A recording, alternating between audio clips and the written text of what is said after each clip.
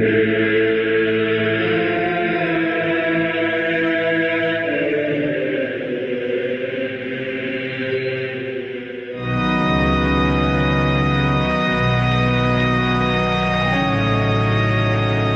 exits the stage with a legacy of firsts, one with a mix of achievements.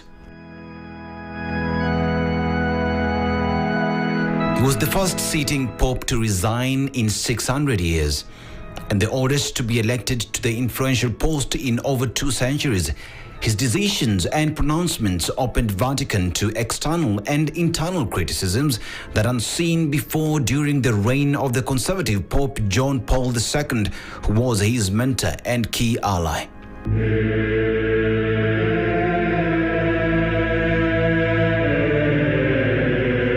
This is the Pope who grappled with the 2 key issues that posed a major threat to Catholicism: the threat of secularism, and has also been a headache not just to Catholic leadership but also to other religions. For Joseph Alois Ratzinger, the journey to papacy began on a rather dark footing. 1945, the Second World War was drawing to a close in Germany, with Russians approaching from the east and the Western Allies closing on Berlin from the west. German soldiers were surrendering in droves as the Nazi war machine and morbid ideology unraveled. The unlucky Germans, some still miners in uniform, were caught by Russian soldiers and sent to labor camps in gulags, where they died in cold and unwanted lands. But the ones who yielded to the Americans and British had a better fate.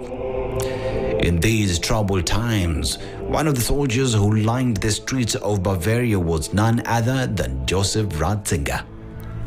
He had just been promoted from the infantry division to the anti-aircraft unit, charged with protecting a local BMW plant. The Americans would later set base in his household as he deserted the army that he never wanted to be part of. His wartime over, it was time for the young man to rekindle his dream of being a Catholic priest in Bavaria. Ratzinger was born on the Holy Saturday of 16th April 1927. His father was a police officer who hated the rise of Hitler and his Nazi philosophy, for which he paid the price of constant harassment and demotion from his rank as a senior police officer. When Ratzinger came of age, he was forcefully conscripted into the Nazi Youth League before joining the war aged just 14. His disdain for the Nazi was based on the killing of his cousin, who suffered Down syndrome in horrible biological purification program pushed by the Hitler regime. The Nazi government was so bad, right, that it was quite bad, and very disciplinarian. So he learned discipline, that's about it. But I don't think it had much effect. But he expected, I'm sure, that he expected obedience to the rule of God. In 1945, immediately after the war, he and his brother George joined the ducal George Arnhem, and later being ordained on the same day of 29th June 1951.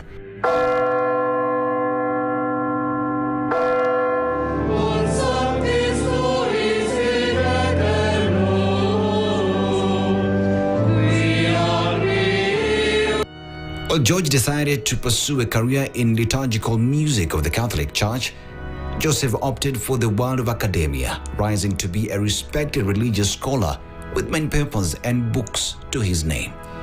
His rise saw him teach in various institutions of higher learning in Germany and abroad, with a special focus on more conservative religious learning.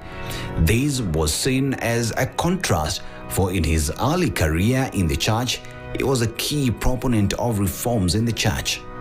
He was more definite than about his own life and about the life of the church than many people.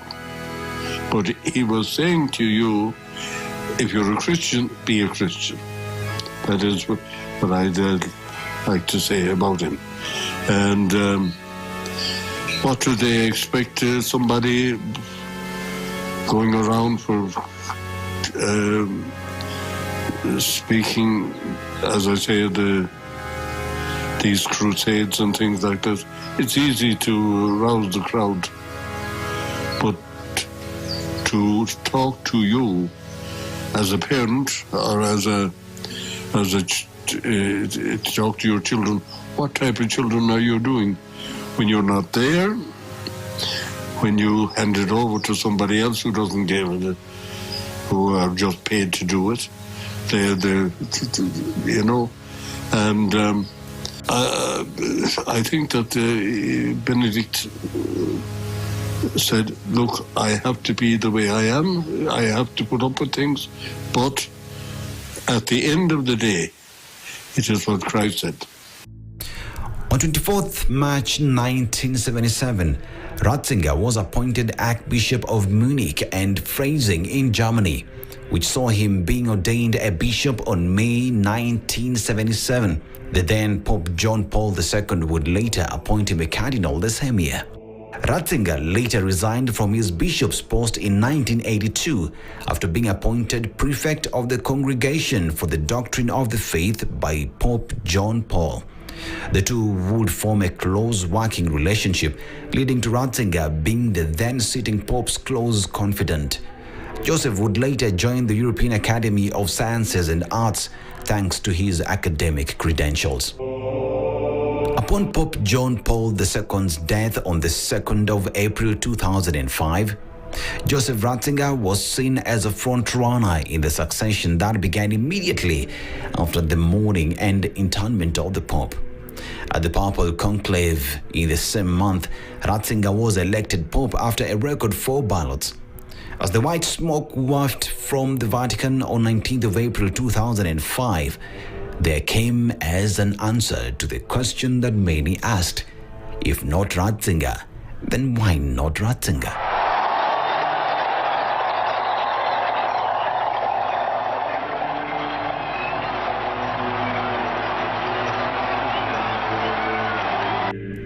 His win saw the oldest person in 2 centuries elected to the papacy at the age of 78. He would later adopt the title Pope Benedict XVI. The name was inspired by Benedict of Nursia, who founded the Western monasticism. This is a religious movement that preserved Western culture in the wake of the fall of Rome.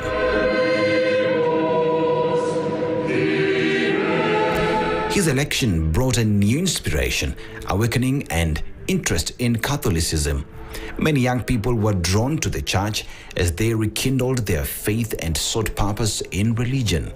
He was described as a reformist after he spoke against what he termed as the dictatorship of relativism. His writings on spiritual matters moved many who saw him as a gentle and kind religious figure. His achievement was there is a solid base for Christianity, and that is what he wanted. People didn't like it. People don't like it. They want to have freedom to do whatever they like, but you can see that the world needs order. Benedict would have found that very difficult to take, that people were believing one thing, were saying they believe in things, but they didn't. They did exactly the opposite. And I think that the fact that he quietly set a pattern. He also unveiled a new chapter after openly admitting the reality of sex abuses in the church. As he sought to deal with these issues, many more scandals came to the fore. As a conservative religious leader, Pope Benedict goes down in history as one of the most controversial figures of the Catholic Church within his short stint as a pope. In September 2016, He kicked off a storm in the Muslim world when he allegedly quoted a 14th century emperor Byzantine, who is thought to have branded Islam an evil religion. He later apologized, saying he was misquoted.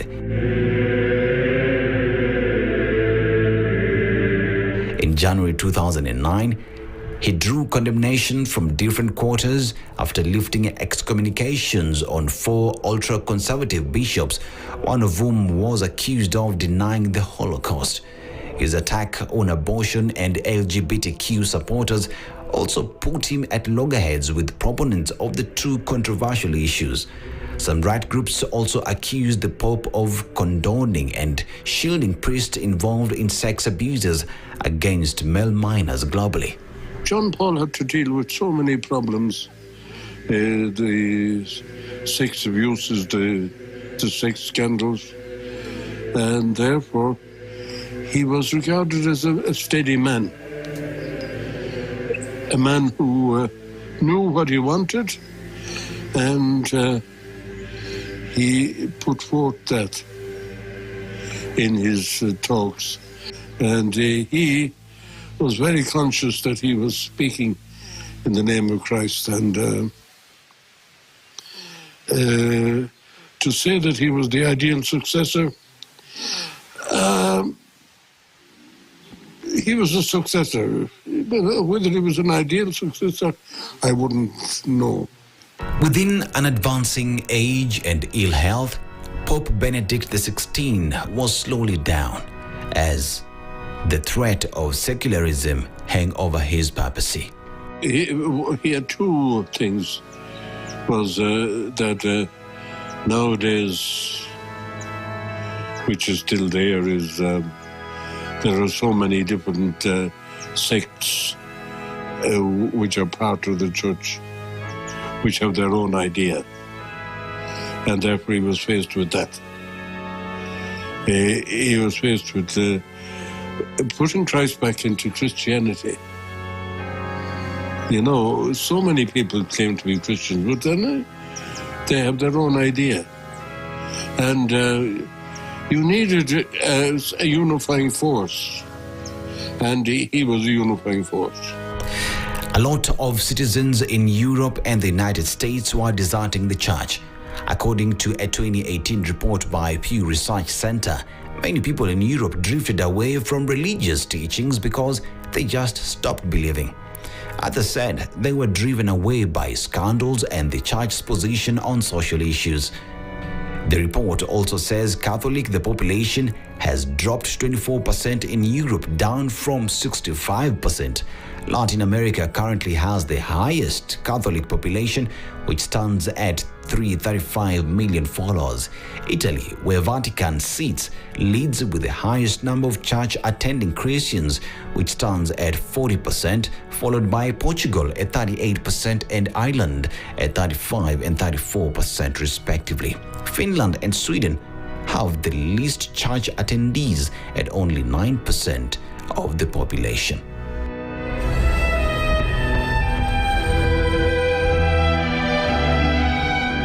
On the 11th of February 2013, the Vatican indicated that the Pope was to resign. This came to pass on the 28th of the same month, when Pope Benedict XVI did indeed quit as the Pope of the Catholic Church. He cited his advanced age, his quest to rest and right, and ill health. His brother George confirmed that the Pope had planned to do so way back. Pope Benedict XVI became the first Pope to relinquish the seat voluntarily in 600 years.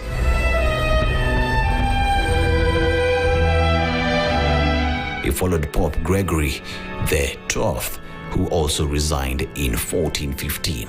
As a retired Pope, he took the title Pope Emeritus to befit his new status and had remained silent on church matters for the days he was in retirement until his death.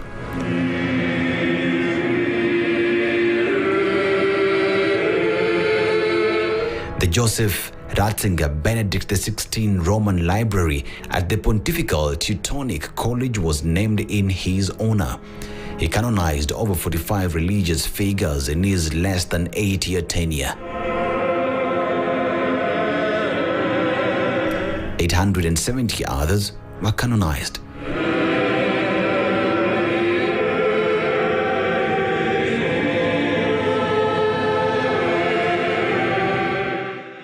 One of them was Irene Stefani, who served in Gikondi village in Nyeri County between 1915 and 1930.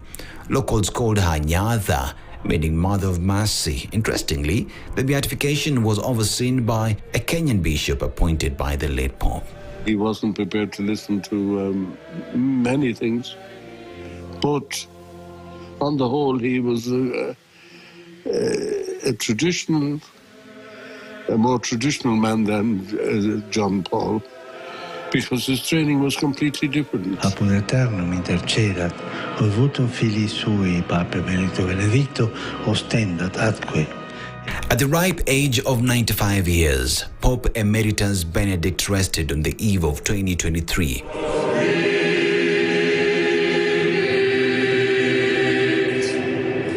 He was living an old age of honor, having dreamt and crafted his heritage that he would later sit back and reflect on.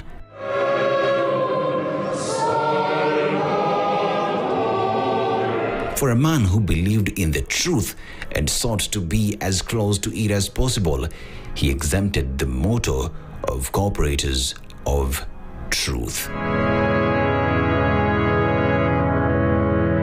For KTN News, I'm Dennis Aseto.